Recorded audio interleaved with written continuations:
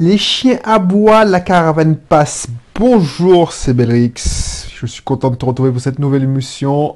Comme tu le vois dans le titre, ce sera une émission de type philosophique, mais plus philosophique, mais un peu coup de gueule. Voilà, donc voilà, je sais pas si tu es coutumier de cette émission, mais c'est une émission où on parle d'entrepreneuriat, d'investissement locatif, mais pas d'un point de vue que technique, c'est surtout niveau mindset, niveau état d'esprit, parce que bien souvent, c'est pour ça que j'ai créé cette émission, c'est que partout, on te vend de la technique, on t'apprend à faire, je sais pas moi, tu veux lancer un business sur Internet, on t'apprendra à faire un lancement orchestré, on te parlera de webinaires, on te parlera, je sais pas moi, des Facebook Live, mais rien, mais pas grand-chose sur le mindset, l'état d'esprit, alors que c'est ça qui est le plus important, parce que sinon, tout le monde serait, je sais pas, il suffit de maîtriser une technique et tu deviens entrepreneur, bah, tout le monde serait entrepreneur, parce que je sais pas si tu le sais, mais la plupart des Français rêvent de créer leurs propres entreprises. Donc, est-ce que tu t'es retrouvé dans une des situations suivantes? Tu te retrouves critiqué par tes proches, tes collaborateurs, alors qu'ils n'ont pas tous les éléments en main. Au moment de faire un truc, au moment de faire une tâche qui pourrait changer le cours de ta vie, avoir un impact positif dans ta vie, tu t'es demandé, mais qu'est-ce qu'ils vont penser de ça?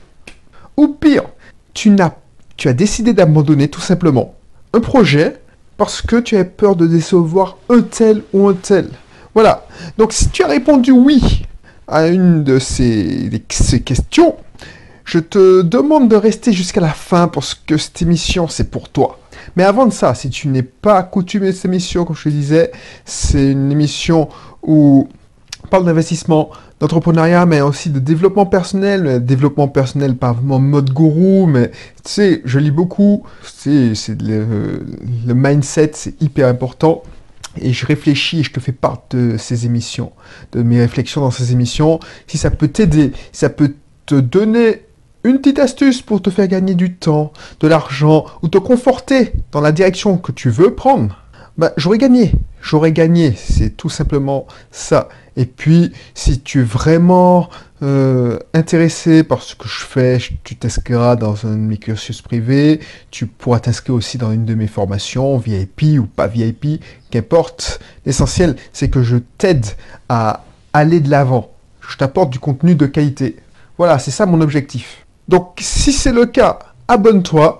Et puis, je t'en dis plus sur le sujet de cette émission. Donc, les chiens aboient, la caravane passe. Tout simplement, c'est une expression que tu as dû entendre.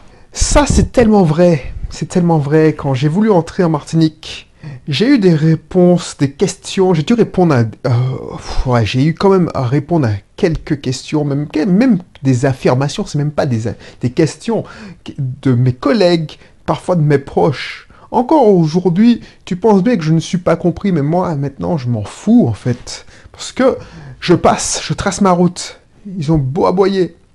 Ils m'ont dit, mais qu'est-ce que tu vas faire en Martinique? Qu'est-ce que tu fous? Tu as une bonne place, tu as une bonne situation à Lyon. Mais pourquoi tu risques tout? Tu risques de me foutre en l'air ta famille. Peut-être que ton couple ne survivra pas. Parce que, tu sais bien, les problèmes d'argent, ça casse les relations.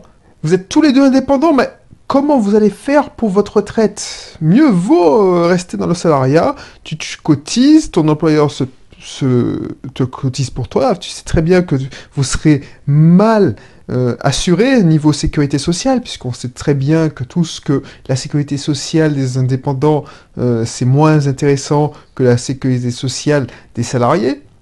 Mais comment vous allez faire pour votre retraite?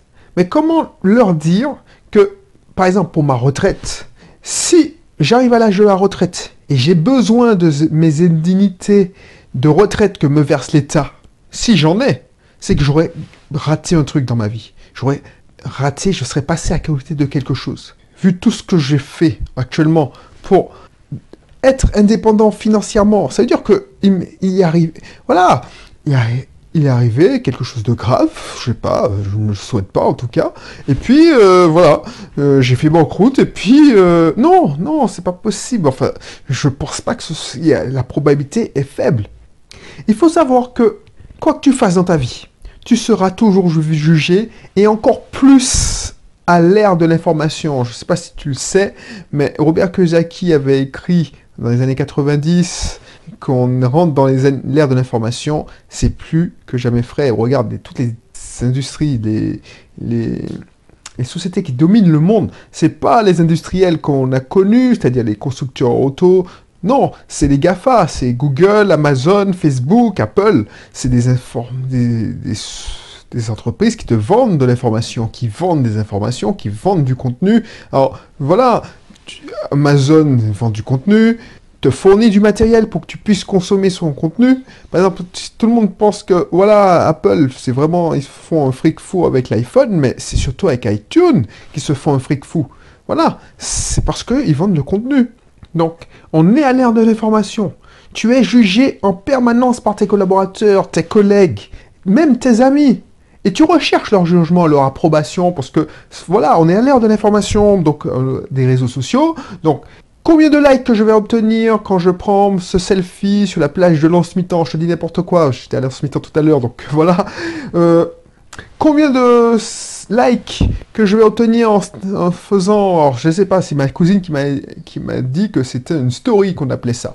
Sur Snapchat, je vais dans un restaurant, dans une soirée, où je poste sur WhatsApp la soirée, voilà comment je m'amuse, alors que vous, bande de losers, ben vous êtes en train de regarder cette vidéo chez vous, bande de losers. Donc, je veux avoir des likes. Tu vois, c'est ça. Donc, on est à l'heure du jugement. Voilà, quand tu vas dans un restaurant, tu regardes sur TripAdvisor. Moi, je le fais. Tu vas regarder les avis avant de prendre un Airbnb ou un Booking, tout ça. On est à l'heure du jugement. Donc les gens ont pris l'habitude de juger en permanence. Moi, par exemple, tous les jours, je suis exposé au jugement, aux commentaires. Commentaires sur mes vidéos, à chaque fois que je sors une vidéo. Bah, peut-être que, voilà, la plupart des commentaires sont sympathiques, mais il y a toujours un loser qui, sous couvert de l'anonymat, lâche son venin parce qu'il sait très bien qu'il a une vie de merde et que, voilà, je dérange, le discours dérange. Ben, il n'a pas envie d'entendre ça. Il a envie de voir tout le monde être mal à l'aise, comme lui. Donc les chiens aboient, la caravane passe. Et toi, quand tu entends les chiens aboyer, ne t'arrête surtout pas. Cours et trace ta route. C'est ça que j'avais envie de te dire aujourd'hui. Si j'avais écouté ces commentaires toxiques, mais tu vas t'ennuyer, c'était si facile, tout le monde le ferait. Tu cherches à faire de la location saisonnière en Martinique, mais voilà, il y a toujours des grèves, il y a toujours... Puis la saison, voilà, il fait toujours beau, mais voilà, il y a des cyclones, tout ça. Non, c'est pas possible, sinon tout le monde ferait ça. Vous voulez lancer, administrer, gérer une location meublée. Donc, tu mets ton appartement en colocation à Lyon, alors que tu es en Martinique à 8000 km. Mais tes colocataires vont pas te payer, mon gars. Franchement, réfléchis un peu. Moi, je serais ton locataire. Voilà, tu vas pas prendre l'avion pour demander le loyer.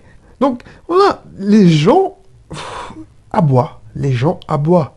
Quand j'ai commencé mon alimentation Beslim inspirée de la nutrition paléo, toi, je te donne pas une semaine pour te regoinfrer, te revoir, te goinfrer de frites comme auparavant. Quand ils ont vu que j'ai perdu, oui, tu as perdu, ça c'est sûr, mais à quel prix? Tu t'es frustré, hein. Tu as souffert, mon pauvre, hein. Et puis, si tu arrêtes, tu es condamné à faire ce régime toute ta vie, hein, parce que si tu arrêtes, eh ben, tu vas reprendre le double, hein, mon pauvre. Ben, n'en déplaise, ça fait 3 ans, et les gens, ils comprennent pas. Oh, maintenant, tout le monde est habitué à voir ma silhouette. Mais il surveille ce que je mange. Ah, mais tu penses ça? Tu dois faire ça? Aujourd'hui, c'est cheat day.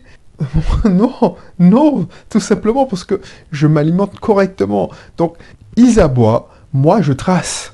Pourquoi les gens se permettent de juger, de donner leur avis, alors qu'on ne leur a rien demandé? Ce serait si facile de dire qu'ils sont jaloux. Mais bien souvent, ce sont des gens que nous aimons et qui nous aiment. Et c'est ce qui fait le plus mal. Et c'est justement parce qu'ils nous aiment qu'ils s'inquiètent quand on sort du moule du système. Ils ne veulent pas qu'il nous arrive des malheurs. Ils ne veulent pas qu'on ait des soucis. Ils ont peur et essaye de te dissuader, te faire dire, ouais, ta vie n'est pas si mal, pourquoi tu veux plus? Pourquoi tu veux plus de liberté? Ta vie n'est pas si mal, tu as assez de liberté, tu as 12 RTT, tu as 5 semaines de congés payés, ça te va pas. Et puis en plus, même si tu as des congés, plus de congés, ok, mais il faut avoir l'argent pour en profiter. Donc pourquoi tu veux sortir du moule? Il y a tellement de personnes qui auraient aimé être à ta place. Tu te rends compte la chance que tu as? Tu es même propriétaire de ta maison, qu'il y a plein de personnes qui n'arrivent pas à joindre les deux bouts. Il faut choisir, Audrey. Il faut choisir. Soit tu peux pas tout avoir, tu peux pas avoir la liberté et l'argent qui va avec. Il faut choisir. La vie, c'est une question de compromis. Voilà. Ma mère, par exemple, avait peur pour moi. Pour elle, j'avais réussi. Pourquoi tout remettre en cause? Pour rentrer, être plus proche d'elle. Elle m'avait dit ça, mais si c'est pour moi que tu rentres, ben non, continue ta vie. Attends, tu viens faire quoi ici? Tu viens faire quoi ici? Ici, il n'y a pas de travail, il y a pas de... C'est du... Toi, non, tu vas pas être consultant, c'est trop dangereux. Et pourtant, 2 ans après, 3 ans après, elle est bien contente. On est là dans des fêtes de famille. Tu auras l'occasion d'écouter une interview avec ma sœur, puisque elle n'est pas du tout dans la même... elle n'a pas, même pas la même direction que moi. C'est deux façons de voir la vie qui s'opposent. Alors qu'on s'adore, mais c'est pas la même psychologie de vie, style de vie. Voilà ce que je voulais dire. Voilà, c'est pour ça. Ils nous essaient de nous dissuader. Alors je n'oserais pas dire que ma mère a boire, parce que ce serait faire l'insulte et je ne me permettrais pas. Mais tu vois, là, je peux comprendre. C'est effrayant pour des proches de voir que, voilà, effectivement, il y a une part d'incertitude. Quand tu te lances dans l'entrepreneuriat, si tu te lances dans l'entrepreneuriat, je peux te promettre que tu vas gagner, par exemple, un SMIC par mois. Ça, quand tu as fait le plus dur, quand tu as trouvé un travail, quand tu es salarié, tu as fait le plus dur, trouver le travail, tu passes ta période d'essai, et puis voilà, tu as une certaine sécurité, une relative sécurité, tu as une tranquillité d'esprit. Tu le fais pas, tu n'as pas ça quand tu es entrepreneur. Un peu moins, tu as une certaine sécurité quand tu es un investisseur, mais tu n'as pas ça quand tu es entrepreneur. Sauf si tu réussis. C'est pour ça. Donc je l'en veux pas. Ça, c'est pas les pires. Ça, c'est même sympa. Par contre, il y a une autre catégorie de personnes, et c'est pour ça que je fais cette émission, c'est pour ceux qui aboient, parce que la caravane passe, qui veulent nous dissuader car ils ne veulent pas qu'on réussisse là où ils ont échoué, ou ont peur de s'aventurer. C'est pour ça que je fais cette émission. C'est pour ceux qui aboient, ceux qui sont... Alors j'avais fait une vidéo, je ne sais pas si c'était il y a 2 ans, il y avait une vidéo, j'étais à Cœur-Bouliqui, à la rivière, je parlais de personnes toxiques, mais c'est les mêmes personnes, tu vois. Ils essaient de t'en dissuader. Tu penses bien, si tu réussis, ça casse tout dans leur monde. Eux, ils se sont créés un monde où, voilà, le monde tourne comme ça. Il y a des gens qui sont, voilà, les gens qui, pour devenir riches, par exemple, soit tu gagnes au loto, soit tu n'es riche, soit tu es un escroc, même si tu es un escroc, donc un trafiquant de drogue ou un petit arnaqueur à la sauvette, ou tu es un escroc en col blanc, c'est-à-dire que tu es un patron voyou, tu n'hésites pas à délocaliser, tout ça. Donc pour eux, c'est la vérité. C'est toi qui le considères moins intéressant, parce que ces gens-là, ils ont une belle estime d'eux-mêmes. Tu vois, c'est pas des gens qui ont pas confiance en eux, tout ça. Non, ils sont la vérité absolue. Donc, soit c'est toi qui es moins beau parleur, moins intéressant, voilà, pour eux, t'es même un loser. C'est toi, tu oses te lancer dans le monde de l'entrepreneuriat et de l'investissement, et que tu réussis. Déjà, pendant que si tu leur demandes rien, et si tu fais même l'erreur de leur donner des conseils, je te parle en connaissance de cause, parce que j'ai vécu ça. Si tu dis, oui, ils se sentent obligés de te donner leur avis. Ah non, tu fais pas ça, mon gars, tu vas te faire mal.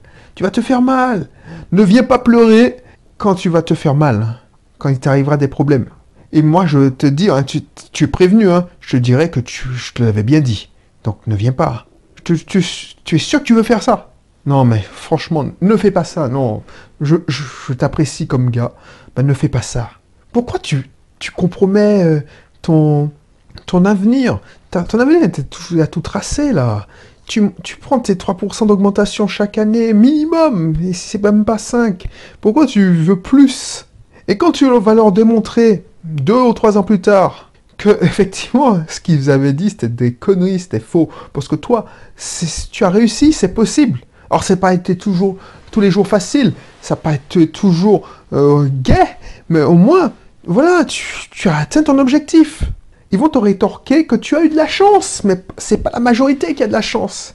Et si tu n'es pas un bon orateur, tu vas fermer ta bouche et tu ne vas pas savoir quoi dire, car tu seras le seul à penser cela. Puisque les autres, tu verras bien dans leur regard, dans leur sourire en coin, qu'ils sont d'accord avec cet excellent orateur. C'est ça que j'ai vécu il y a 2 ans. C'est ça que j'ai vécu quand je suis rentré en Martinique, même avant de partir, et en rentrant en Martinique, quand j'essaie d'expliquer, essaie de convaincre, mais enfin, en société, dans les réunions de famille, et tu te sens harcelé, on te met sous le grill, parce que, voilà, pour eux, c'est pas possible. Mais tu essaies de te convaincre, mais tu n'es pas bon orateur, et puis, voilà, tu n'es pas compris, tout simplement. Toi, tu sais que c'est vrai, au fond de toi, que c'est vrai, et puis tu le sais que ça va marcher. Mais on te prend pour un doux rêveur. C'était si facile. Tout le monde le ferait pareil. Mais qu'est-ce que tu t'en fous? Parce que moi, maintenant, je le recule. J'ai déjà les 2 ans de recul. Qu'est-ce que tu t'en fous? Laisse-les aboyer. Lance-toi si tu as envie de te lancer. Investis. Entreprends. Les gens ne réalisent pas que la vie, c'est une perception. Ce n'est que perception. On a 5 sens. Il y a des gens qui pensent qu'on a un 6e sens. On a 5 sens. Tu vois la vie en fonction de ces 5 sens. Donc tu écoutes les actualités, je vais faire une émission sur les actualités, eh ben, tu vas croire que la vérité c'est ça. Tu vois une chose, tu as toujours vu un truc, eh ben, tu penses que c'est la vérité ultime. Et tu vois, tout le monde n'a pas la même perception, même si, tu as vu, tes proches n'ont pas la même perception que toi, tes collègues n'ont pas la même perception que toi. Sauf qu'il y a une perception commune. 80% des gens qui sont dans le système, qu'on nous apprend de plus jeune âge, c'est-à-dire d'aller à l'école, de travailler bien, d'avoir un bon boulot, qu'on va pouvoir consommer, se faire plaisir, avoir une belle voiture, avoir une belle maison, avec jardin, une villa, avec piscine. Donc voilà, ça c'est le circuit, ce qu'on appelle la rat race. Tu t'endettes, donc tu es obligé de travailler, métro, boulot, dodo, parce que tu es enchaîné par ce système. Ça, c'est une perception de la vie. Moi, j'étais en plein dans cette perception de la vie. C'est pour ça que je te le dis ça, avec recul. Éloigne-toi de ces personnes toxiques et fréquente des gens qui te tirent vers le haut, qui peuvent t'aider à t'orienter vers là où tu veux aller. Je peux t'aider. Inscris-toi dans un de mes cursus. La liste est dans la description. Les cursus sont offerts. Bien entendu, si tu veux aller plus loin, tu vas prendre un raccourci. Parce que je te dis, il y a toujours un raccourci. Si tu veux passer 1, 2, 3 ans à apprendre, tout simplement, mais à l'apprendre à la dure, c'est-à-dire, c'est en crevant qu'on apprend, bah, tu peux le faire. Je te donnerai des pistes et tu feras le chemin tout seul. Mais si tu veux gagner du temps, vraiment beaucoup de temps, et passer à une vitesse supérieure, bah, inscris-toi aussi à mes cursus payants. Tu vois, mieux vaut vivre avec des remords qu'avec des regrets. Je suis persuadé de ça. Et tu vois, je suis pas le seul, parce que Big Flo et Oli, je sais pas, les rappeurs là, ben, ils l'ont chanté. C'est comme ça que je voyais la vie. Avant qu'ils chantent, ils le disent dans leur chanson, moi je le voyais. Franchement, je sais pas si tu connais mon histoire, je t'invite à la découvrir. J'avais 20 kilos de plus. J'étais pas spécial, j'étais un geek. J'étais toujours sur mes machines. Donc quand je trouvais une fille mignonne, quand j'étais au collège, même au lycée, ben, ce qui me... J'osais, puisque voilà, j'entendais tout le monde dire oui, tu seras un loser. J'osais aller l'aborder, aller lui-même lui parler. Je ne sais même pas l'aborder, la draguer, c'est lui adresser la parole, parce que je me disais, bon, au moins, elle va me jeter et j'aurai fini avec ça. Donc, c'est comme ça que j'ai toujours vécu, et ça m'a plutôt bien réussi, niveau personnel, niveau business, au niveau investissement. Tu vois, j'entendais des infirmières. Alors, je fréquente beaucoup de professions paramédicales, parce que mon épouse est dans un cabinet médical, et paramédical, excuse-moi, comme cité, et bon nombre de ses cousines sont infirmières. Et c'est bizarre, hein, ben, j'ai remarqué dans mon entourage que c'est exactement à peu près le même schéma que nous, tu vois. Les femmes sont dans le social, donc éducatrices, infirmières, dans le paramédical, médical. Et puis, bien souvent, les mecs sont dans l'informatique ou cadre financier, voilà. Bon, ça c'est une petite parenthèse. Je reviens sur le sujet, les infirmières qui travaillent en soins palliatifs, bien souvent, ce que j'entends dire, c'est que ceux qui attendent leur mort, passer de l'autre côté, ont souvent des regrets. Et ils se disent, franchement, si je peux transmettre un message, si je devais transmettre un message, c'est vivre la vie comme on l'entend, mais pas comme les autres l'entendent pour vous. Je veux, si je devais recommencer, je veux vivre ma vie comme je le veux. Si j'avais envie de partir en, je sais pas moi, faire ma propre boîte, mais j'ai eu peur. J'ai écouté mon épouse ou j'ai écouté mes amis qui disent non, c'est risqué, donc je l'ai pas fait. Mais j'ai travaillé 30 ans dans un travail où que j'aimais pas spécialement, je me faisais chier au dernier moment. Et tu vois, au moment de prendre ma retraite, je découvre que j'ai un cancer et qu'il me reste 6 mois à vivre.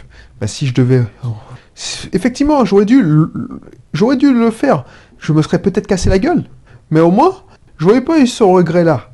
J'aurais eu des remords, j'aurais peut-être eu des remords, genre j'ai mal fait, j'ai fait ça. Mais au moins, j'aurais vécu. J'aurais essayé et je n'aurais pas eu ce regret. Voilà, et je veux pas, et j'ai toujours refusé, même si j'avais pas eu ce témoignage avant, j'ai toujours refusé de vivre avec des regrets. Et c'est ça mon truc. C'est pour ça que j'ai avancé, que j'ai fait passe ces chiens qui aboient, en avançant, en traçant mon chemin, malgré les aboiements, parfois dans le creux de mes oreilles. Ils ont hurlé dans le creux de mes oreilles. Et j'ai réussi à atteindre cet objectif, par exemple, de rentrer en Martinique. Toi seul, c'est ce que tu veux vraiment. Et si tu as encore peur, je laisserai dans la description des solutions pour vaincre ta peur. C'est ma formation, vaincre sa peur de l'échec pour mieux réussir. Bien entendu, tu ne pourras pas empêcher les chiens d'aboyer. C'est leur nature de clébard. Ils ont une chaîne à leur cou. Donc les chiens sont frustrés. Ils ont une chaîne à leur cou, ils sont bien nourris par leur maître, mais ils ont cette chaîne. Et pour eux, la vie, c'est ça. La vie, c'est le rayon d'action où ils peuvent tourner en rond. Même s'ils ne sont pas attachés, parce qu'il y a de moins en moins de chiens attachés maintenant, et heureusement pour eux, ils sont à l'intérieur d'un périmètre défini. Si c'est le jardin, ben voilà, c'est pas comme un chat qui peut se balader, qui a un territoire. Si c'est un chat qui vit plus grand que son jardin, si c'est un chat qui vit à l'air libre, un chien, il est cantonné à son territoire, c'est-à-dire le périmètre que son maître lui a défini. Donc si c'est un jardin, il est cantonné à son périmètre. Donc du coup, quand tu t'approches de son périmètre et quand il voit que voilà, tu es libre, certes, mais peut-être que tu es plus maigre parce que tu es moins bien nourri. Ça fait écho à la fable de La Fontaine. Le chien bien nourri et le chien errant là. Ben, ils aboient, tout simplement. Si tu as le malheur de t'approcher, de leur montrer notre vie est possible, ils aboient. Pourquoi se faire chier avec des gens qui ne te rapportent rien? Soigne ceux qui te font du bien et arrête de vouloir plaire aux autres. Surtout ceux qui te critiquent.